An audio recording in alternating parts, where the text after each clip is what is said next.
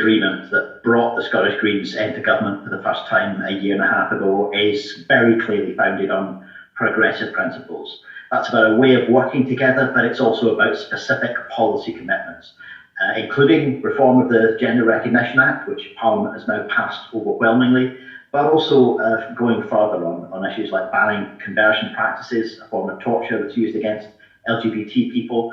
And we've also since then been working on issues that weren't covered in that agreement, like Gillian Mackay's proposals to make sure that we have protected access for reproductive services, including abortion.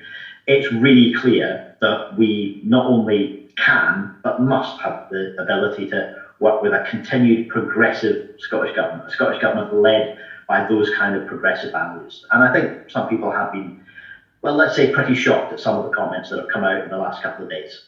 Does that mean then that if Kate Forbes or Ash Regan, who doesn't support the Gender Recognition Reform Bill, was to win this leadership contest, then the Butte House Agreement would be torn up? You would have to pull out of that? Well, if anyone was elected as First Minister who had committed to breaking that agreement, to not pursuing the policies that it contained, that would be a decision by them to breach that agreement. I genuinely don't think that's going to happen. And I think it's pretty clear from the reaction. Why do you think it's not going to happen when two of the candidates have made clear already that they don't particularly want to pursue the legal challenge to the Section 35 order, which is blocking that gender reform legislation? Surely this means that the only candidate you can work with in office as First Minister would be Hamza Yousaf. I don't think this kind of breach of the progressive principles in the Butte House Agreement is going to happen, partly because